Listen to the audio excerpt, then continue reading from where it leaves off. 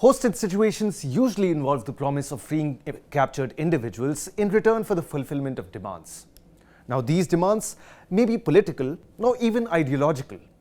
Unfortunately, such incidents have been witnessed all over the world. And whether the demands are fulfilled or not, the results are hardly to anyone's satisfaction. Today, News9 looks at some of the most high-profile hostage situations from the past 50 years. In 1979, 66 Americans were taken hostage at the US Embassy in Tehran by Iranian militants following an attack on the embassy. Efforts to secure their release failed, and 52 hostages remained captive for 444 days. On November 17, 13 hostages were released, and one was released due to an illness, leaving 52 captives. In April 1980, a US rescue mission failed, resulting in the deaths of 8 American service members. This incident led to the resignation of US Secretary of State Cyrus Vance. In September 1980, Iran established a new government and negotiations for the hostages' release intensified. The hostages would finally be freed on January 20, 1981, shortly after Ronald Reagan's inauguration as the new US president.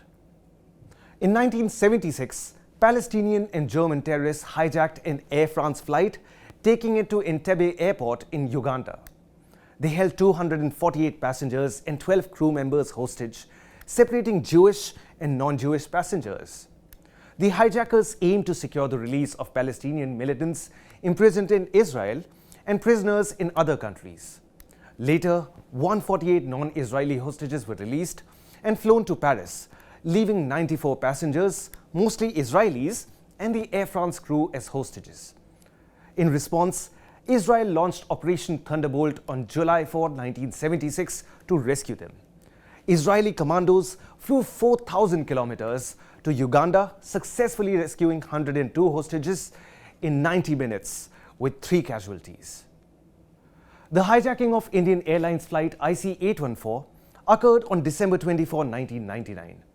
5 hijackers from the Jaish-e-Mohammed group took control of a plane en route from Kathmandu, Nepal to Delhi, India. The flight had 178 passengers and 11 crew members. The hijackers demanded the release of 3 imprisoned militants, including Masood Azhar, and a $200 million ransom.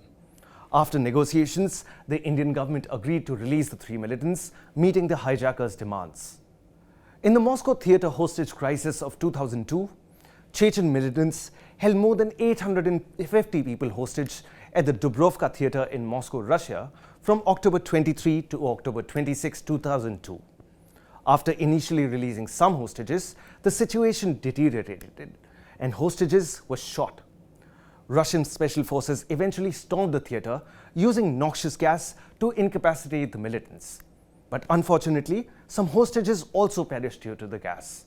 Over 150 people died in the operation, including the hostage takers and up to 200 audience members. In January 2013, militants in Algeria affiliated with an Al-Qaeda-linked brigade led by Mukhtar Belmokhtar seized the Tiganturin gas facility in Amenas. They took hundreds of hostages, including Algerians and foreign nationals, with initial reports suggesting around 800 hostages. The Algerian Special Forces launched a rescue operation after 4 days, resulting in the deaths of at least 39 foreign hostages and 1 Algerian security guard and 29 terrorists. A total of 685 Algerian workers and 107 foreign workers were freed, while 3 terrorists were captured. Much like these incidents, the October 6 attack on Israel by Hamas too saw the taking of hostages. So far, Hamas has not yet made clear its demands. Even at this very moment, over 200 hostages lie imprisoned in Gaza. What their fate will be, only time will tell.